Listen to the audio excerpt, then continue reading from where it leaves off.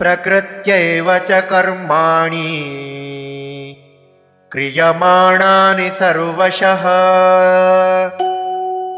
यः पश्यति तथात्मानम् अकर्तारं स पश्यति।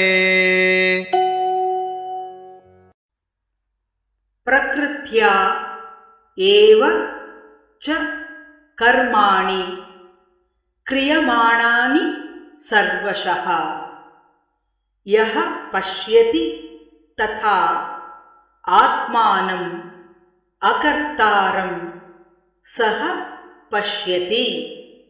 प्रकृत्यैव च कर्माणि क्रियमाणानि सर्वशः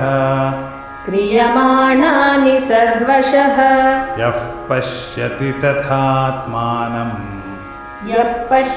तथात्मानम् अकर्तारं स पश्यति। प्रकृत्यैव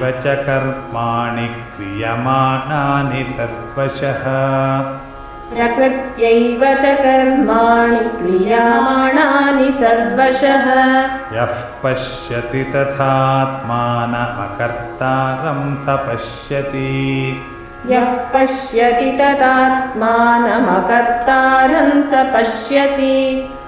प्रकृत्यैव च कर्माणि क्रियमाणानि सर्वशः यः पश्यति तथात्मानमकर्तारं स पश्यति।